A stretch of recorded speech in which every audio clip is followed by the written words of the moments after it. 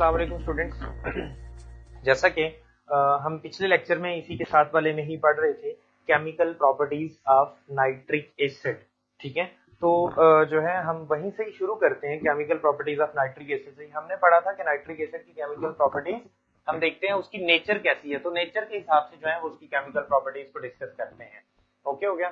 तो आपके पास chemical properties, इसकी नेचर देखते हैं। अगर हम HNO3 की, तो ये किस किस में इसकी नेचर देखते हैं। वाटर में प्लस 2NO2 मींस के ये जो आपके पास नाइट्रोजन डाइऑक्साइड है प्लस ऑक्सीजन गैस रिलीज करता है। क्या रिलीज करता है? ऑक्सीजन गैस रिलीज करता है। इस वजह से जो है वो हमारे पास इसकी केमिकल प्रॉपर्टीज होती है। दूसरी, इसकी डिकम्पोजिशन जो है वो किस तरह की होती है कि ये डिकम्पोज होता है वाटर में और प्लस आपके पास नाइट्रोजन डाइऑक्साइड में प्लस नेसेंट ऑक्सीजन जो है ये रिलीज करता है। इसलिए इसकी जो आपके पास बिहेवियर है डिफरेंट चीजों के साथ रिएक्ट करने का वो डिफरेंट है। हमने नॉन मेटल्स के साथ इसका बिहेवियर पढ़ा था, हमने इसका मेटल्स के साथ इसका बिहेवियर पढ़ा था। डिफरेंट मेटल्स के साथ ये कैसे बिहेव करता है। ये आपके पास गोल्ड, प्लैटिनम, इरिडियम है या टाइटेनियम है, उनके साथ रिएक्ट नहीं करता। टंगस्टन, यूरेनियम को ये ऑक्सीडाइज कर देता है। आयरन, कोबाल्ट, निकल, क्रोमियम और एल्यूमिनियम के साथ जब ये रिएक्ट करता है तो उनको जो है उनके ऑक्साइड्स में कन्वर्ट कर देता है, लेकिन वो भी पार्शियल रिएक्शन होता है इसका। लेकिन कुछ ऐसी मेटल्स हैं जिनके साथ ये कंप्लीटली रिएक्ट करता है और हाइड्रोजन गैस इसकी इवॉल्व होती है। लाइक आपके पास मैग्नीशियम है, मैंगनीज है या कैल्शियम है। और कुछ मेटल्स ऐसी हैं जिनके साथ नाइट्रिक एसिड डिफरेंट जो है वो कंसंट्रेशन पे डिफरेंटली बिहेव करता है। हमने कॉपर के साथ इसके रिएक्शन पढ़े थे कि कॉपर के साथ अगर डाइल्यूट नाइट्रिक एसिड जो है वो रिएक्ट करे तो कॉपर नाइट्रेट बनता है, प्लस आपके पास नाइट्रिक ऑक्साइड और वाटर रिलीज होते हैं। लेकिन अगर ये कॉपर के साथ कंसंट्रेटेड फॉर्म में जो है वो रिएक्ट करे, कंसंट्रेटेड फॉर्म में रिएक्ट करे तो क्या होता है जी, कंसंट्रेटेड फॉर्म में ये रिएक्ट करता है तो कॉपर नाइट्रेट ही बनता है, लेकिन नाइट्रिक ऑक्साइड की बजाय नाइट्रोजन डाइऑक्साइड बनता है। उसके बाद हमने इसके रिएक्शंस विद मर्करी मेटल जो है वो पढ़े थे। अगर डाइल्यूट फॉर्म में नाइट्रिक एसिड मर्करी के साथ रिएक्ट करता है तो क्या बनाता है? मर्क्यूरस नाइट्रेट, ठीक है, plus nitric oxide and water. और अगर ये कंसंट्रेटेड फॉर्म में मर्करी के साथ रिएक्ट करता है तो mercuric nitrate, nitrogen dioxide and water create करता है। क्लियर हो गया यहाँ तक? तो उसके बाद हम आगे मूव करते हैं जी कि सिल्वर के साथ अगर रिएक्ट करता है, ठीक है, अगर नाइट्रिक एसिड का हम सिल्वर के साथ रिएक्शन करवाएं, silver plus HNO3 nitric acid का रिएक्शन करवाएंगे तो क्या बनेगा? नाइट्रिक एसिड जब सिल्वर के साथ रिएक्ट करता है तो सिंपल सिल्वर नाइट्रेट एक एक्वस सॉल्युबल साल्ट बनता है, प्लस आपके पास क्या बनेगा? Nitrogen oxide plus water create होगा। ओके है जी। उसके बाद है जी इसका reaction with zinc. Reaction with zinc कि ये जिंक के साथ कैसे रिएक्ट करेगा। जिंक के साथ ये डिफरेंट कंडीशंस पे डिफरेंट बिहेव करता है। अगर इसका जिंक के साथ हम रिएक्शन करवाएं, जिंक मेटल के साथ अगर हम इसका रिएक्शन करवाएं नाइट्रिक एसिड का dilute, very dilute solution form में, ठीक है, वेरी डाइल्यूट फॉर्म में, तो ये क्या क्रिएट करता है? जिंक नाइट्रेट प्रोड्यूस करेगा, ZnNO3 ट्वाइस, ठीक है, प्लस ये अमोनियम नाइट्रेट प्रोड्यूस करता है NH4NO3 और प्लस ये क्या प्रोड्यूस करता है? वाटर प्रोड्यूस करता है, ठीक है, वाटर प्रोड्यूस करता है। क्लियर हो गया? ये है जी इसका वेरी डाइल्यूट फॉर्म में जिंक के साथ रिएक्शन। और अगर हम इसका रिएक्शन जो है वो मॉडरेटली डाइल्यूट फॉर्म में नाइट्रिक एसिड का करवाएं जिंक के साथ, ठीक है, मॉडरेटली डाइल्यूट फॉर्म है, तो ये क्या करता है जी? जिंक नाइट्रेट प्रोड्यूस करेगा ZnNO3 ट्वाइस, प्लस ये क्या प्रोड्यूस करेगा? नाइट्रोजन ऑक्साइड, ठीक है, प्लस ये क्या प्रोड्यूस करेगा? वाटर प्रोड्यूस करेगा। क्लियर हो गया जी?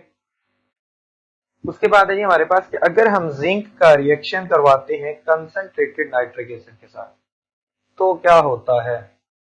कंसंट्रेटेड नाइट्रिक एसिड के साथ रिएक्ट करके भी जिंक नाइट्रेट ही बनाता है, लेकिन साथ में हमें नाइट्रोजन डाइऑक्साइड मिलता है। क्या मिलता है? नाइट्रोजन डाइऑक्साइड प्लस वाटर मिलता है। क्लियर हो गया जी यहाँ तक? उसके बाद है कि अगर हम इसका रिएक्शन करवाएं नाइट्रिक एसिड का टिन के साथ, रिएक्शन विद टिन, तो ये किस तरह से रिएक्ट करेगा? टिन के साथ भी ये डिफरेंट कंसंट्रेशंस पे डिफरेंटली बिहेव करता है, डिफरेंट कंसंट्रेशन पे क्या करता है, डिफरेंटली बिहेव करता है। ओके हो गया। तो अब आपके पास रिएक्शन विद टिन है, ठीक है, SN टिन। तो टिन के साथ अगर डाइल्यूट नाइट्रिक एसिड का आप रिएक्शन करवाएं, अगर हम डाइल्यूट नाइट्रिक एसिड का रिएक्शन करवाएं तो क्या होता है जी, आपके पास टिन नाइट्रेट बनेगा NO3 ट्वाइस, ठीक है, प्लस अमोनियम नाइट्रेट क्रिएट होता है NH4NO3 और प्लस क्या होगा, वाटर क्रिएट होगा। लेकिन अगर आप टिन के साथ इसका रिएक्शन नाइट्रिक एसिड का कंसंट्रेटेड का करवा दें तो क्या होता है, कंसंट्रेटेड नाइट्रिक एसिड का अगर हम टिन के साथ रिएक्शन करवाएं तो हमें स्टैनिक एसिड मिलता है, मेटास्टैनिक एसिड H2SNO3 प्लस आपको क्या मिलेगा जी, H2O वाटर प्लस आपको क्या मिलेगा, नाइट्रोजन डाइऑक्साइड NO2 मिलेगा। क्लियर हो गया जी। ओके, तो उसके बाद है जी हमारे नाइट्रिक एसिड के रिएक्शन विद बेसिस।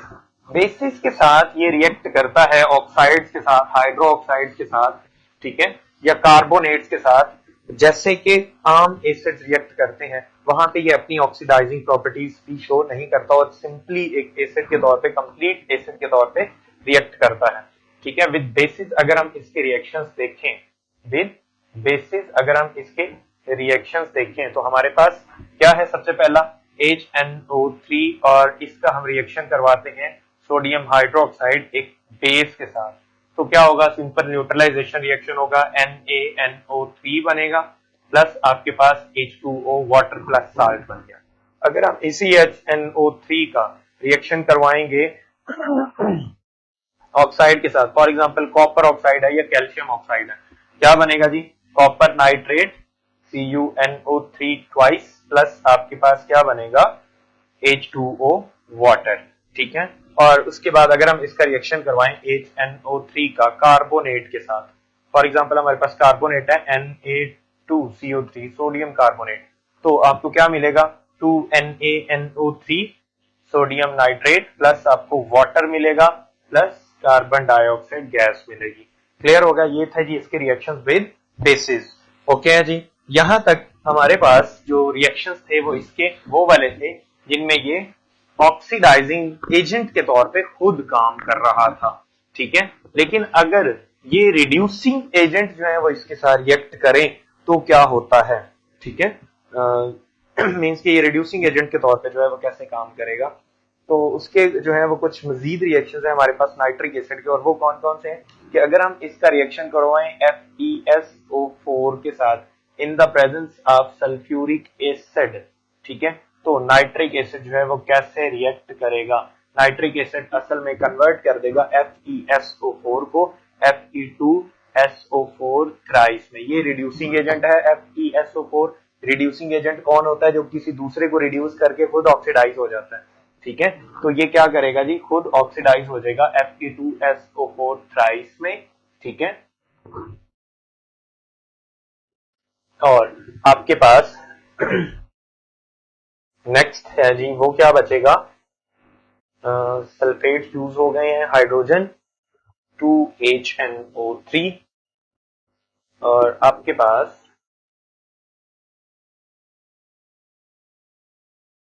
बनेगा जी नाइट्रोजन ऑक्साइड प्लस वाटर, ठीक है, नाइट्रोजन ऑक्साइड प्लस वाटर। तो आप जो है वो इस वाटर को क्या कर सकते हैं जी, बैलेंस कर सकते हैं कि कितने मोल्स ऑफ वाटर जो है वो आपको मिलेंगे, 2NO2 और प्लस है आपके पास H2O वाटर। ओके है जी। उसके बाद है कि अगर हम इसका रिएक्शन करवाएंगे किसके साथ, हाइड्रोजन आयोडाइड के साथ, किसके साथ, हाइड्रोजन आयोडाइड के साथ, तो ये उसको भी क्या कर देगा, खुद रिड्यूस हो जाएगा, उसको ऑक्सीडाइज कर देगा, ठीक है, क्या कर देगा, उसको ऑक्सीडाइज कर देगा। HNO3 उसको कैसे ऑक्सीडाइज करेगा, आयोडीन आपको इस फॉर्म में 3I2 फॉर्म में मिलेगी, ठीक है, प्लस आपके पास जो है वो क्या मिलेगा, 4H2O वाटर मिलेगा, ठीक है, और आपके पास नाइट्रिक ऑक्साइड मिलेगा, नाइट्रोजन ऑक्साइड मिलेगा, ठीक है, 2NO। ओके है जी। उसके बाद अगर हम इसका रिएक्शन करवाएं किसके साथ, H2S के साथ, किसके साथ, H2S के साथ, तो ये सल्फर को भी क्या कर देगा, ऑक्सीडाइज कर देगा, खुद रिड्यूस हो जाएगा।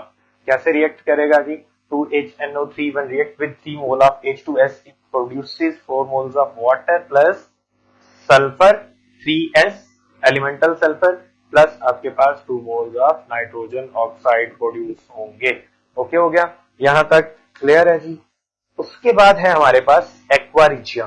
क्या है, एक्वारिजिया, वो भी इसी के यूजेस में से आता है, ठीक है, कि हम नाइट्रिक एसिड को यूज कर सकते हैं as an for the preparation of aqua regia. तो हम एक्वारिजिया क्या होता है ये पढ़ेंगे और कैसे प्रिपेयर होता है ये पढ़ेंगे। तो सबसे पहले हम देखते हैं जी एक्वारिजिया कैसे प्रिपेयर होता है। एक्वारिजिया जब हम क्या करें, 1 mole of concentrated nitric acid को मिक्स कर दें किसके साथ, 3 मोल ऑफ कंसंट्रेटेड HCl के साथ, HNO3 कंसंट्रेटेड 1 मोल प्लस HCl 3 मोल्स, ठीक है, कंसंट्रेटेड। इनको जब हम मिक्स करते हैं तो आपके पास क्या बनता है, NOCl nitrosyl chloride plus chlorine gas मिलती है आपको, और प्लस आपको क्या मिलता है जी, क्लोरीन गैस NOCl और प्लस आपको मिलेगा वाटर, ठीक है, 2 मोल्स ऑफ वाटर। ओके हो गया जी यहां तक।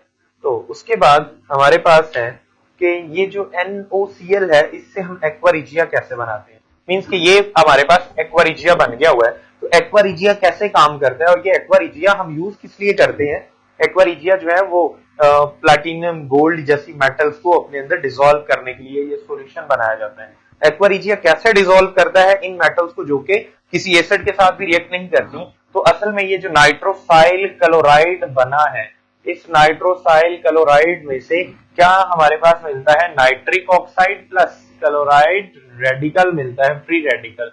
ये जो हमारे पास क्लोरीन का ये वाला जो एटम होता है बहुत ज्यादा हाईली रिएक्टिव, ये क्लोरीन के ये वाले जो एटम्स हाईली रिएक्टिव होते हैं जिनके पास ऑड नंबर ऑफ इलेक्ट्रॉन्स होते हैं, ये गोल्ड और प्लैटिनम जैसी मेटल्स के साथ रिएक्ट करके उनके साल्ट्स बनाते हैं। जैसे AlCl3 है तो हमें अरम ट्राइक्लोराइड जो है, गोल्ड ट्राइक्लोराइड, ये साल्ट मिलेगा और इस साल्ट के फॉर्म में ये चूंकि डिसॉल्व हो जाता है सॉल्यूशन फॉर्म में, तो ये जब साल्ट बनता है तो खुद ब खुद ही हमारे पास जो सोना है या प्लैटिनम है वो उस सॉल्यूशन में डिसॉल्व हो जाता है। ये है एक्वारिजिया।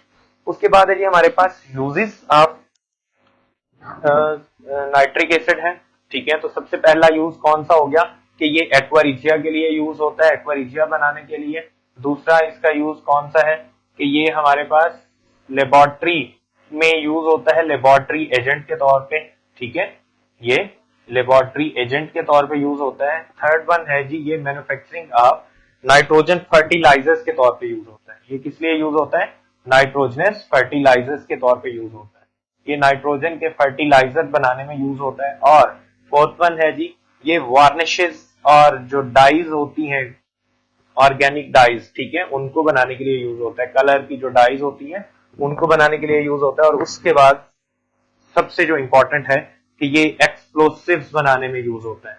अब ये एक्सप्लोसिव्स कौन कौन से होते हैं, जब आप नाइट्रिक एसिड का रिएक्शन करवाएं ग्लिसरीन के साथ, या हम इसका रिएक्शन करवाएं टॉल्वीन के साथ, या हम इसका रिएक्शन करवाएं जो है वो फिनोल के साथ, तो हमारे पास ट्राइनाइट्रोटॉलीन, जिसे हम टॉल्वीन TNT बोलते हैं, ठीक है, ट्राइनाइट्रोग्लिसरीन हमारे पास बनता है, या हमारे पास पिक्रिक एसिड बनता है। ये तीनों के तीनों जो कंपाउंड्स हैं ये क्या हैं, हाईली एक्सप्लोसिव हैं।